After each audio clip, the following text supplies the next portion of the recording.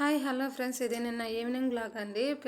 Any time అమ్మ అన్నం కూర వద్దులే కానీ ఈరోజు టమాటా రైస్ చేయవానని మా అబ్బాయి అడిగాడని చెప్పని టమాటా రైస్ చేస్తున్నానండి. నిన్న ఆయిల్ వేసుకొని 1 స్పూన్ 2 గంటలు ఆయిల్ వేసుకొని మసాలా దినుసులు, ఉల్లిపాయలు, టమాటా మొక్కలు అవి ఉడికంగానే ఉడకటానికి కొద్దిగా ఉప్పు పసుపు వేస్తే గబక్కన ఉడుకుతాయి అని చెప్పి ఉప్పు పసుపు వేసేసాను. అది కొద్దిగా ఉడికేసినాయి అని చెప్పి దానిలో కొద్దిగా అల్లం వెల్లుల్లి పేస్ట్, అది కూడా పచ్చివాసన పోయే వరకు వేపుకోవాలండి.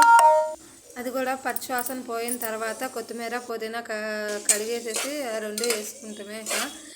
అవి కూడా నూనె మొత్తం బయటకు వచ్చిందా. నేను ఒక గ్లాస్ బియ్యం, నార్మల్ బియ్యం, ఇంట్లో బియ్యమే కదా, ఒక గ్లాస్ బియ్యానికి 2 గ్లాసులు వాటర్ పోసుకొని నేను ఎక్కువ మసాలాలు ఏం వాడినండి. ఒక్క ధనియా పౌడర్ ఒకటే వేస్తాను. అది వేసుకొని ఒక బియ్యం కడిగి పెట్టేసుకున్నాను. ఒక 15 నిమిషాలు బట్టి నానబెట్టుకొని ఆ వాటర్ తెరలేంత వరకు తెరిలిన తర్వాత బియ్యం వేసుకోవాలండి.